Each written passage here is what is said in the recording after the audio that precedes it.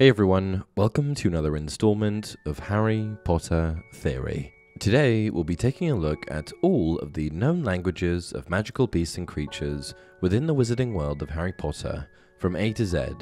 Sadly, there are actually no magical languages that start with A, B, C, D, or even E. In fact, the first language that we'll be taking a look at isn't even really a language at all. Starting us off is the letter F, for fairies.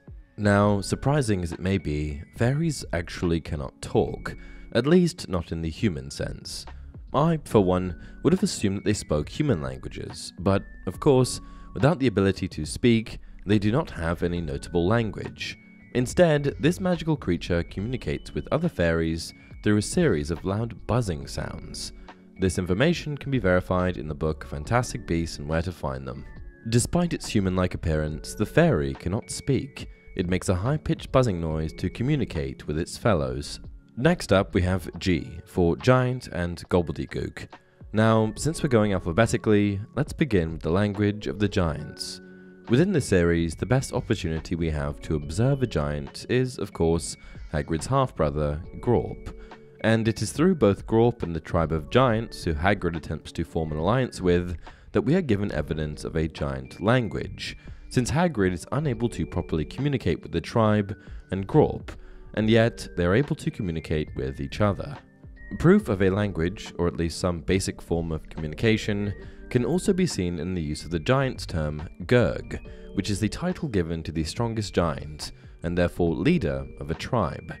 That said, the name and true functionality of the giant's language is unknown. It's also worth noting that some giants have been reported to speak basic English. The second language starting with G is Gobbledygook, the well-recognized language of the goblin species. Gobbledygook is a widely documented language. For example, it is one of 72 languages Miranda Goshawk's Book of Spells was translated and published in, also proving that it can be written, as well as spoken. Gobbledygook chatter can be heard in Diagon Alley amongst the goblins employed by Gringotts Wizarding Bank. Many of the witches and wizards who have heard it describe it as being a rough and unmelodious tongue, a string of rattling, guttural noises. However, despite it being an unpleasant-sounding language, it is indeed a teachable one, meaning that you do not need to be a goblin to speak Gobbledygook.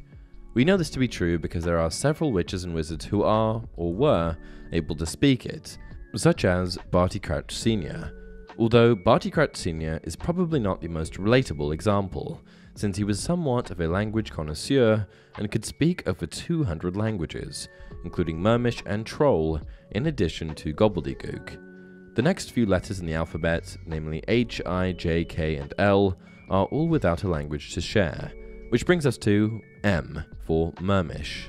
We first learn about the Mermish language in the Goblet of Fire, when Harry speaks to the Mer people who reside in the Great Lake during his participation in the Triwizard Tournament. What we discover through Harry's interactions is that the native language of the Mer people is an incredibly unique one. Due to the fact that Mermish has been purposely adapted for use underwater, it sounds quite different when spoken above water versus below. Underwater, Mermish sounds like a human language, such as when Harry hears it while in the Great Lake and understands the Mer people to be speaking English. But above water, it is completely unrecognizable, sounding like harsh, raspy screeching. Similar to Gobbledygook, Mermish can be taught to non-Mer people, as proven by the fact that Albus Dumbledore was a fluent speaker of the underwater language. It also has a written form, once again proven by the fact that Miranda Goshawk's Book of Spells was also published in Mermish. For our next language, we must once again skip ahead, this time to the letter P, for Parseltongue and Pixie.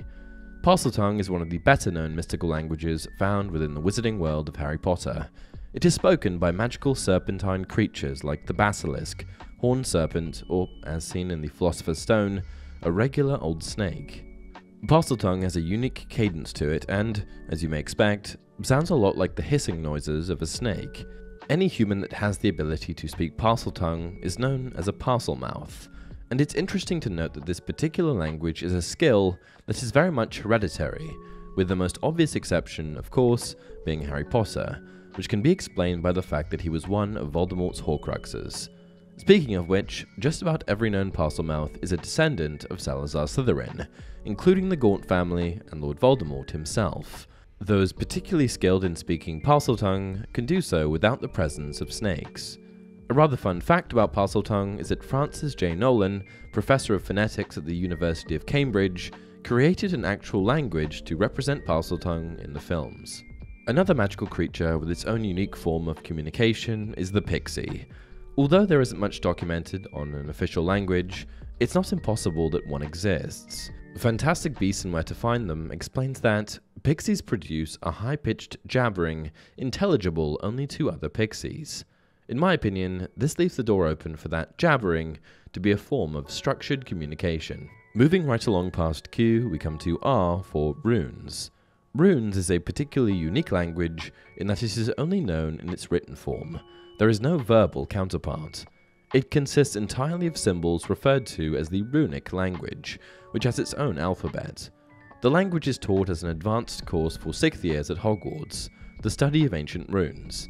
You may also remember seeing it in the series inscribed within Dumbledore's pensive, and in the children's book, The Tales of Beedle the Bard. Last but not least, we skip past S to T for troll.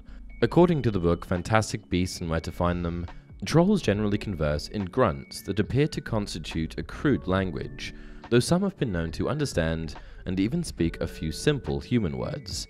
We don't have much else to go on in terms of the troll's language, considering the only troll we meet in the Philosopher's Stone is without any fellow comrades. Now, if you're anything like me, this list of languages may have you feeling a little put out. Surely there are more than that. Well, for you, and let's be honest, very much for myself, I've also compiled a secondary list of magical creatures and beings who have the ability to speak human languages, starting with the acromantulas. These are the giant spiders found in the Forbidden Forest that brought Ron's nightmares to life. They are incredibly intelligent and have the ability to speak. Combine those two and you have enormous talking spiders. Yikes. Centaurs. I mean, this seems pretty obvious, considering this magical being's upper body is that of a human. If I'm being honest, I'm more surprised by the fact that they don't have their own language. Or do they? Dwarves. Again, nothing groundbreaking here, but worth noting. In the Chamber of Secrets, we see dwarves delivering Valentine's messages around Hogwarts at the request of Professor Gilderoy Lockhart. A little odd, but, at the very least, it shows they speak English. Similar to centaurs, I'm somewhat surprised that they don't have a language of their own. Gnomes. Gnomes. Odd little buggers, aren't they? In the wizarding world, gnomes are garden pests that are common in North America and Northern Europe. The Weasley family seems to have somewhat of a gnome problem at the Burrow, as they can be heard swearing in the garden, in English. House elves. I suppose due to the relationship between house elves and wizard kind, it should come as no surprise that they speak human languages and not one of their own. That said, the grammatical errors with which they speak does suggest that perhaps they do, or did, have a language of their own. Perhaps it has been lost throughout the centuries of indentured servitude, or maybe it never existed at all. The Jarvie.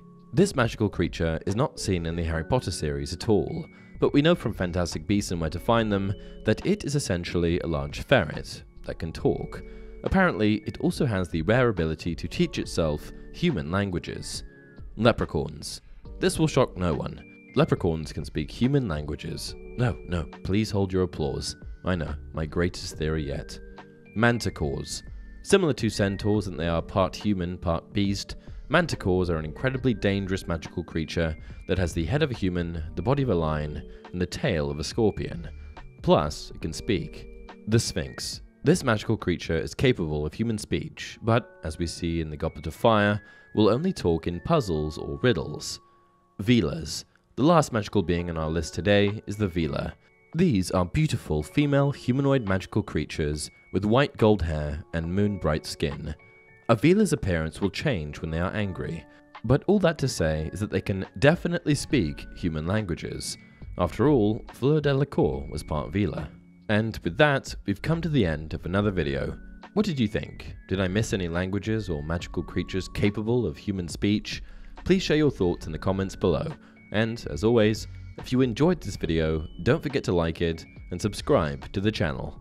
Until next time, remember, it does not do to dwell on dreams and forget to live.